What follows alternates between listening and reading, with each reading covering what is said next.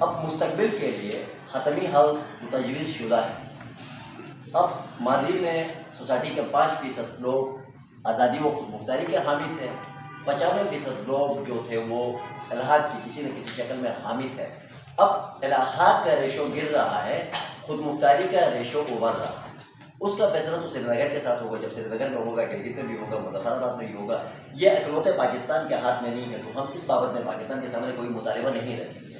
ایک انٹیریم یہ ہے کہ جو بھی سیٹلمنٹ پاکستان نے مظفر آباد سے کیا تھا وہ فرسودہ ہو چکا ہے۔ اب اس فرسودہ نظام کے تحت پاکستان مظفر آباد کا کنٹرول نہیں چلا سکتا۔ گلگت کے اندر بھی جو نظام رائج ہے وہ بھی فرسودہ ہو چکا ہے، اس کے اوپر بھی پاکستان نظام نہیں چلا سکتا۔ اب لوگوں میں شعور آ رہا ہے، سوشل میڈیا کی وجہ سے ایک نیا انقلاب آبا ہوا ہے نئی نسل کے سامنے۔ اس لیے حکومت پاکستان معاہدہ کراچی 28 اپریل 1949 کو فوری طور پر منسوخ کرنے کے بعد اگلے مرحلے میں گلگت بلتستان کے اندر ایک با اختیار سیٹ اپ، ایک کانسٹیٹیوشن اسمبلی بنائے، دوسری مضبوط ترین کانسٹیٹیوشن اسمبلی مظفر آباد کے اندر تشکیل دی جائے۔ گلگت بلتستان کونسل اور آزاد کشمیر کونسل کو فوری طور پر ختم کیا جائے۔ ختم کرنے کے بعد ان دونوں میں غلط فہمیاں دور کر کے دنیا کے سامنے اپنا کیس بہتر انداز میں ریپرزینٹ کرنے کے لیے حکومت پاکستان ہمارے لوگوں کو موقع دے کہ وہ ایک ہاؤس آف کامن تشکیل دے۔ جس طرح سینٹ ہوتا ہے یا ہاؤس آف کامن ہوتا ہے باہر مہذب دنیا کے اندر، اس ہاؤس آف کامن میں گلگت اور مظفر آباد کی برابر کی نمائندگی ہو۔ نیچے جو 2 اسمبلیاں ہماری ہوں گی، گلگت اور مظفر آباد کی اسمبلی، وہ لوکل لاس کو چلائیں گی، انتظامیہ کو چلائے گی، اے ڈی پیز کو چلائے گی۔ جو اپر ہاؤس ہمارا بنے گا وہ اپر ہاؤس اسلام آباد کے ساتھ ری نیگوسیشن کرے۔ یہ 47 نہیں ہے کہ مری میں بیٹھ کے آپ کسی حکومت کا اعلان کرو، یہ 47 نہیں ہے کہ کسی دوسرے سردار عالم کو تصدار بنا کے آپ گلگت بے شعور کرو۔ اب 47 نہیں ہے، پانی سر سے گزر چکا ہے۔ پاکستان اپنی بقا چاہتا ہے تو پاکستان فوری طور پر 2 بااختیار اسمبلیاں، ان اسمبلیوں کے اوپر ایک ہاؤس آف کامن، جس کو سینٹ کا نام دیا جائے، ہاؤس آف کامن کا نام دیا جائے، ہاؤس آف کامن انٹرسٹ کا نام دیا جائے، اس میں گلگت اور مظفر آباد کی برابر نمائندگی ہو۔ اور وہ ہاؤس آف کامن کوئی سردار ابراہیم یا غلام عباس جیسا آپ کا ملازم یا گلگت میں آپ کے منتخب شدہ یا کوئی بیوروکریٹ آپ کے ساتھ نیگوسیشن نہیں کرے گا۔ اس کے بعد اسلام آباد کیا اپنے پاس رکھے گا، ہم کیا اپنے پاس رکھیں گے، ایک نیا ایگریمنٹ۔ وہ معاہدہ کراچی نہیں ہوگا، معاہدہ مظفر آباد، معاہدہ گلگت یا معاہدہ اسلام آباد کے نام سے کریں گے۔ اس معاہدے کے اندر جو ہمارے ہاؤس آف کامن میں جو ممبران جائیں گے وہ ممبران بھی الیکٹڈ جائیں گے، وہاں سے بھی 6 الیکٹ ہوں گے کہ ووٹ دینے والوں کو پتہ چلے کہ یہ ان کو ووٹ میں اپنے مستقبل کا فیصلہ کرنے دے رہا ہوں۔ کیونکہ گلگت کے اسمبلی کے اندر عبوری صوبے کے حق میں بل لانے کی کوشش کی گئی، لائے گئے، ٹیبل کیے گئے، ایکسیلیٹی منظور کروائے گئے۔ ان ممبران کو ہم نے گلی کوچہ بنانے کے لیے مینڈیٹ دیا ہے، مستقبل کے فیصلے کا مینڈیٹ نہیں دیا۔ اور مظفر آباد کی آپ کی اسمبلی بھی یہ ڈے بائی ڈے آپ کے کیا کہتے ہیں لوازمات پورے کرنے کا اختیار ان کے پاس ہے، ان کے پاس اختیار نہیں ہے یہ مظفر آباد اور گلگت کے مستقبل کا فیصلہ کرے۔ وہ ہاؤس آف کامن جو ہوگا پبلک سے ووٹ لے کے آئے گا، اس کے اندر نمائندگی گلگت اور مظفر آباد کی برابر ہوگی۔ اس کے ساتھ حکومت پاکستان کو پاکستان کے پاورفل اداروں کو ری نیگوسیشن کرنا پڑے گا۔ اس ری نیگوسیشن کے اندر کوئی گیو اینڈ ٹیک ہوگی، گیو اینڈ ٹیک کے بعد ایک نیا عمرانی معاہدہ صادر ہوگا، اور وہ عمرانی معاہدہ انٹیریم ہوگا till the final decision of Jammu and Kashmir. یہ پیغام ہم مظفر آباد کے اندر الحاق کے نام پر سیاست کرنے والوں کو بھی دیتے ہیں، یہ گلگت کے اندر پاکستانیت کی پرچار کرنے والوں کو بھی دیتے ہیں۔ یہ مظفر آباد کی گورنمنٹ، گلگت کی گورنمنٹ بالخصوص پاکستان کی گورنمنٹ بالکل سے بھی زیادہ پاکستان کے اندر اصل فیصلے کرنے والوں کو ہم یہ پیغام دینا چاہتے ہیں۔